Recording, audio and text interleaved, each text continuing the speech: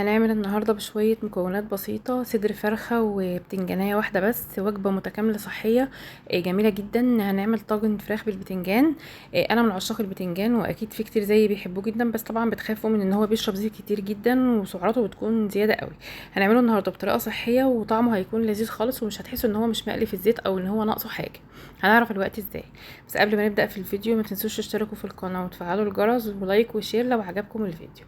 اول حاجه هنجهز البتنجان. انا جبت بتنجانتين صغيرين خالص، انتوا ممكن تجيبوا واحده بس كبيره. انا مش بحب اقشر البتنجان كله، يعني مش بحب اشيل القشر بتاعه كله، هشيل شويه كده ويعني اشيل شويه منه واسيب شويه بنفس الشكل ده كده. وبعد كده هقطعه، عشان اجي اقطعه مش هقطعه شرايح، انا هقطعه قطع مكعبات صغيره. مش هخلي المكعبات دي تكون رفيعه علشان ما تنشفش وكمان مش هتكون تخينه عشان تستوي كويس، عشان انا ناويه اقليه في الاير فراير مش هقليه في الزيت. انا عايزه اعمل الوجبه تكون صحيه الى حد ما، احاول ان انا ما احطش فيها زيت كتير، طبعا لازم هحط بس مش كتير. هقطع البتنجانتين الصغيرين دول، وبعد كده هحطهم في الاير فراير. اللي مش عنده اير فراير عادي خالص، الفرن لو حطيته في صينيه وفردته كده في الفرن على صينيه ورشيت عليه شويه زيت، الفرن بيطلع نفس النتيجه بتاعه الاير فراير. هي ميزتها الوحيده بس ان هي مش تاخد وقت، يعني هتعمله لي في وقت اسرع تقريبا. يعني الوقت اللي اخده كله 10 دقايق، وقلبت كده في النص شويه. هحطه في الاير فراي واحط فيه شويه زيت. شويه الزيت اللي انا حطيتهم دول مش كتير علشان هو هيتقلي، وبعدين هنروح نلاقيين ان الزيت متصفي تحت الشبكه من تحت.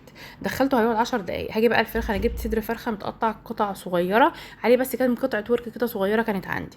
سخنت الطاسه وحطيت فيها شويه زيت صغيرين خالص، ونزلت بالفراخ بقى. هقلب كده شويه، وبعدين هزود لها التوابل اللي انا حطيتها. انا فيها ملح وفلفل وبابريكا بس.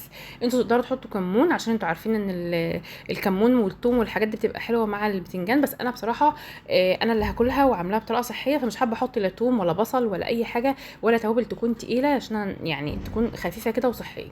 حطيت بس شويه ثوم باودر، يعني انتوا بس تقدروا تزودوا ثوم باودر عليها صغيرين خالص. والملح والفلفل والبابريكا بس. حابين بقى تحطوا توابل تانية حطوا، بس انا حطيت دول. هفضل اقلب بقى شويه كده بشويه لحد لما احس ان كل الفراخ بقى اخدت اللون بتاع البابريكا وبقت كده تمام. في الوقت ده احنا ممكن نقطع شويه بصل صغيرين وننزلهم عليها. طماطم، اي توابل احنا عايزين. انا بالنسبه لي برضو حطيت فلفل اخضر، وكان فلفلايه سبايسي علشان الحاجات السبايسي بتزود الحرق. البتنجان اخد 10 دقايق طبعا على وقت سوي الفراخ بالظبط، لقيته هو يعني استوى. هنزله بقى ياخد تقلبتين كده معاهم عشان ياخد التوابل والطعم والملح منهم، عشان انا يعني ما زودتش عليه ملح خالص. نزلت قطعه جبنه موزاريلا صغنطوطه خالص كانت متلجه عندي، وسبتها بقى على نار هاديه كده مع الحاجات دي يشربوا كلهم من بعض. والفلفل يدبل، والبتنجان خلاص اخد الطعم بتاع الفراخ، والفراخ كملت سويه، والجبنه ساحت. كله كده تمام. هحطه بس في طاجن، واحط على الوش شويه جبنه موزاريلا وهدخله الفرن. بس هو استوى اصلا، انا بس عايزه الجبنه تسيح من على الوش عشان تدي طعم حلو. دخلته الفرن مفيش تقريبا 5 دقايق، اخد لون من فوق. والجبنه ساحت، طعمه حلو جدا جدا. جربوه هيعجبكم قوي قوي، وصحي، ممكن تاكلوه مع عيش او رز او بالشوكه زي. وقولوا لي رايكم فيه ايه.